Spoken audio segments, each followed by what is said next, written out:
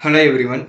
இந்த வீடியோல வந்து நம்ம டேட்டாபேஸ் எப்படி ஆக்டிவேட் பண்றது, அதுக்கப்புறம் சூப்பர் யூசர் கிரியேட் பண்ணி எப்படி அட்மின் பேஜ ஆக்சஸ் பண்றதுங்கிறத பத்தி பார்க்க போறோம்.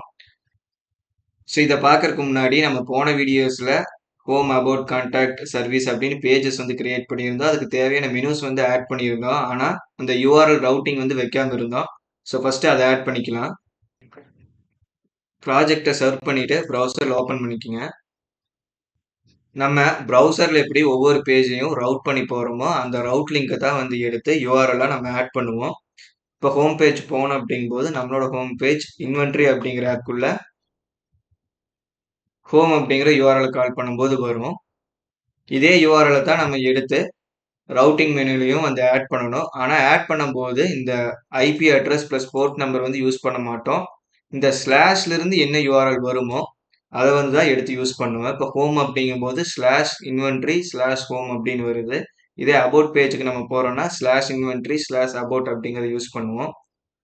ஸோ அதுக்கு முன்னாடி இங்க வந்து ஹோம் மட்டும்தான் பேர் மாத்திருந்தோம். மத்ததுக்கும் நம்ம பேர் வந்து மாத்திக்கலாம். Home மாத்தியாச்சு and about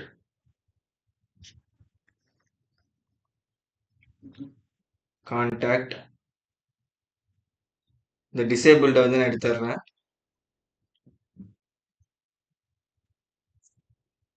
services. So அடுத்து என்ன பண்ணலாம்னா இது ஒவ்வொன்றுக்கான லிங்க் வந்து நம்ம எடுத்து ஆட் பண்ணிக்கலாம். ஸோ இந்த இன்வென்ட்ரி ஸ்லாஷ் ஹோமை காப்பி பண்ணிட்டு ஹோமோட ஹெச்எஃப்குள்ள வந்து பேஸ்ட் பண்ணிக்கணும்.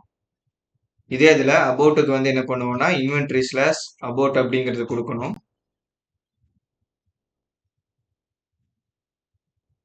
கான்டாக்டுக்கு இன்வென்ட்ரி ஸ்லாஷ் கான்டாக்ட் அப்படிங்கிறது வந்து கொடுக்கணும். அண்ட் சர்வீஸ்க்கு இங்கே ஹெச்எஃப் இல்லாமல் இருக்கு. நம்ம ஹெச்எஃபோட எடுத்து ஆட் பண்ணிட்டு இன்வென்ட்ரி ஸ்லாஷ் சர்வீசஸ் அப்படிங்கிறது வந்து கொடுக்கணும். ஸோ என்ன யூஆர்எல் வச்சிருந்தோமோ அந்த யூஆர்எல் வந்து நம்ம கரெக்டாக கொடுக்கணும்.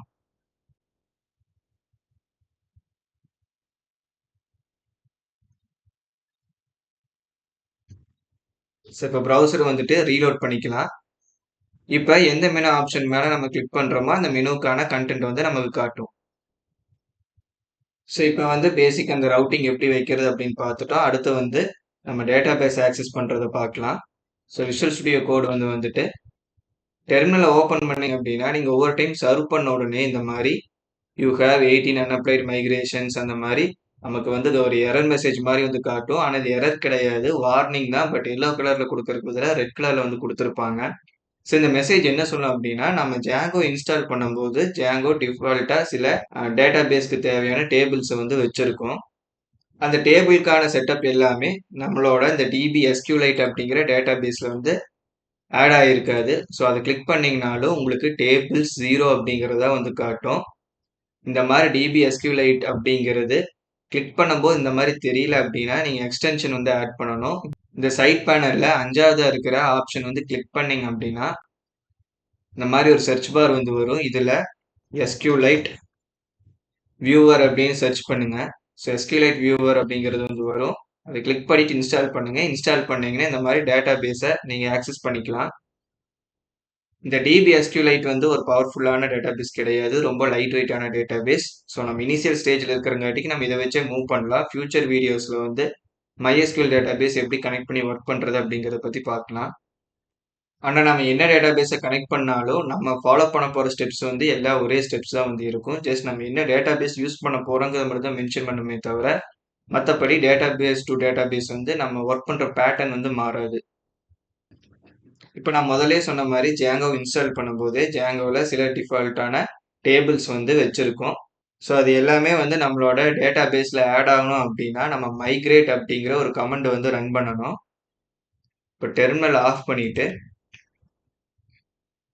பைத்தான் manage.py migrate அப்படிங்கிற கமெண்ட் வந்து டைப் பண்ணிட்டு என்டர் கொடுங்க.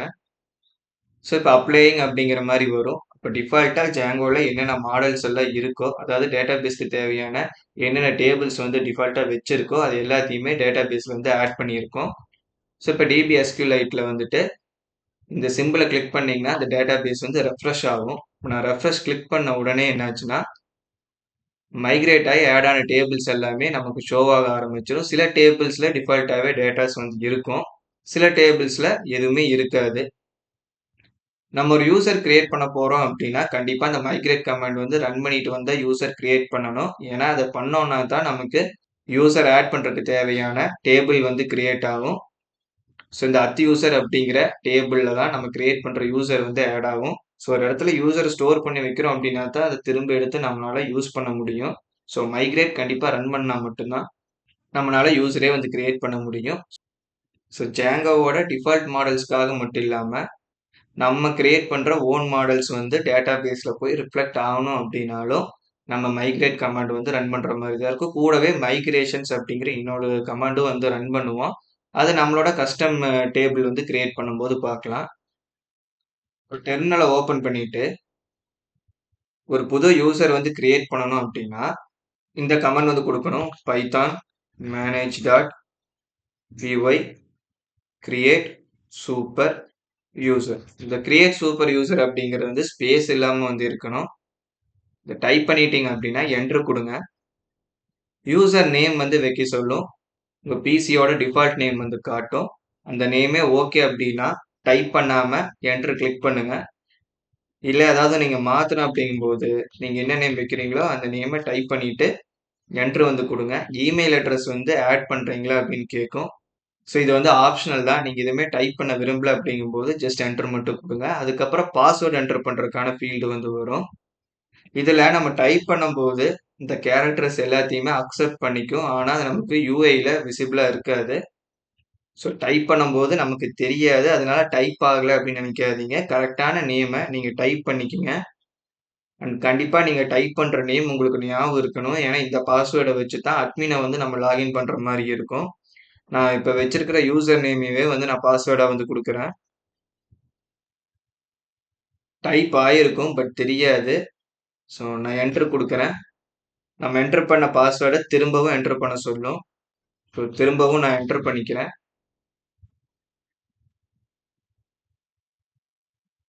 டைப் பண்ணி முடிச்சதுக்கப்புறம் நான் என்டர் பட்டன் வந்து கிளிக் பண்றேன்.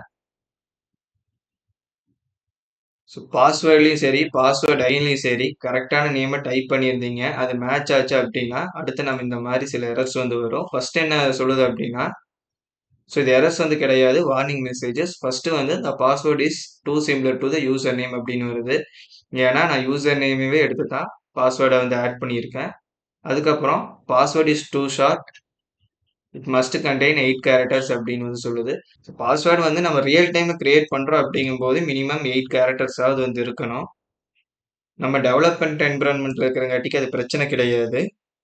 ஸோ அதுக்கப்புறம் this password is too common அப்படின்னு வருது. ஸோ எப்பவுமே வந்து ஒரு காம்ப்ளெக்ஸான பாஸ்வேர்டு வைக்கிறது நல்லது. Numbers, letters and special characters எல்லாமே மிக்ஸ் ஆன மாதிரி பாஸ்வேர்டு வைக்கலாம். பட் நம்ம டெமோ பர்பஸ்க்காக யூஸ் பண்றோம் அப்படிங்கிறங்காட்டிக்கு இந்த பாஸ்வேர்டே போதுமானது. ஸோ இதை நம்ம சர்வர்ல டிப்ளை பண்ணி யாருக்கும் கொடுக்க போறது இல்ல. ஸோ அதனால பாஸ்வேர்டு எந்த பிரச்சனையுமே கிடையாது. இதே பாஸ்வேர்டை வச்சு கண்டினியூ பண்ணணும் அப்படின்னா இந்த பைபாஸ் பாஸ்வேர்டு வேலிடேஷன் அப்படின்ட்டு இருக்கும். ஏன்னா டிஃபால்ட்டா இருக்கிற வேலிடேஷன் எல்லாமே எனக்கு வேணாம். இதே பாஸ்வேர்டை வச்சு எனக்கு யூசர் கிரியேட் ஆனா போதும் அப்படிங்கும்போது இந்த இடத்துல ஒய்னு டைப் பண்ணிட்டு என்டர் கொடுங்க. சூப்பர் யூசர் வந்து நமக்கு கிரியேட் ஆகிருக்கும். இதுக்கப்புறம் இந்த டிபி எஸ்கியூலைட்ல வந்துட்டு அந்த அத்யூசர் மாடல் மேல கிளிக் பண்ணுங்க. ஸோ இந்த இடத்துல தெரியல அப்படின்னா இந்த ரெஃப்ரெஷ் பட்டன் வந்து கிளிக் பண்ணுங்க. நமக்கு ரெஃப்ரெஷ் ஆச்சுன்னா நம்ம டைப் பண்ண டேட்டா எல்லாமே தெரியும். ஸோ இதில் வந்து யூசர் நேம்ல நான் கொடுத்த யூசர் நேம் வந்து கரெக்டாக வந்திருக்கும். ஆனால் பாஸ்வேர்டில் வந்து பார்த்தீங்கன்னா நான் டைப் பண்ணது யூசர் நேமையாக தான் எடுத்து அப்படியே பாஸ்வேர்டாக கொடுத்தேன். ஆனால் சில கீஸ் மாதிரி நமக்கு ஜென்ரேட் ஆகிருக்கும். இது என்ன பண்ணுன்னா Django வந்து டிஃபால்ட்டாகவே நம்ம என்டர் பண்ணுற அந்த பாஸ்வேர்டை எடுத்து என்கிரிப்ட் பண்ணி ஸ்டோர் பண்ணிக்கும். அதை டீக்ரிப்ட் பண்ணி பார்க்கறதுக்கான கீயும் Django கிட்ட மட்டும்தான் இருக்கும். ஸோ வேற யாருமே அதை ஹேக் பண்ணி என்ன பாஸ்வேர்டு இருக்கு அப்படிங்கிறத பார்க்க முடியாது. அண்ட் ஒவ்வொரு டைம் புது யூசர் கிரியேட் பண்ணும்போது ஒரே என்கிரிப்ஷன் கீயை வச்சு அதை என்கிரிப்ட் பண்ணாது.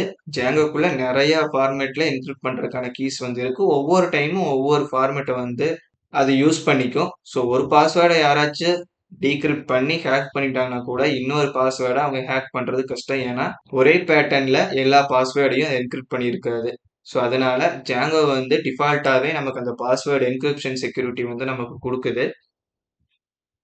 இதே மற்ற லாங்குவேஜ் ஃப்ரேம் ஒர்க்ஸில் வந்து நீங்கள் இதை பண்ணும்போது இந்த மாதிரி டிஃபால்ட் சப்போர்ட் எல்லாம் எதுவுமே இருக்காது. அத்தனையுமே நீங்கள் தான் மேனுவலாக கான்ஃபிகர் பண்ணுற மாதிரி இருக்கும்.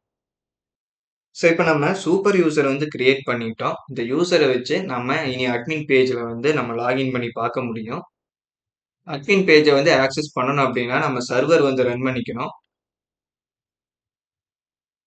ஸோ சர்வர் ரன் பண்ணிட்டு இப்போ ப்ரௌசர் போயிடலாம். ஆல்ரெடி நம்ம சர்வரில் தான் வச்சுருந்தோம். ஜஸ்ட் ரீலோட் மட்டும் பண்ணிக்கலாம். ரீலோட் பண்ணிவிட்டு போர்ட் நம்பர் ஸ்லாஷ்க்கு அப்புறம் அட்மின் அப்படின்னு டைப் பண்ணிவிட்டு என்டர் கொடுங்க. இந்த மாதிரி ஒரு யூசர் நேமும் பாஸ்வேர்டும் என்டர் பண்ணுற மாதிரி ஒரு பேஜ் வந்து வரும். இப்போ நம்ம கிரியேட் பண்ண சூப்பர் யூசரோட யூசர் நேமையும் பாஸ்வேர்டையும் வந்து என்டர் பண்ணணும்.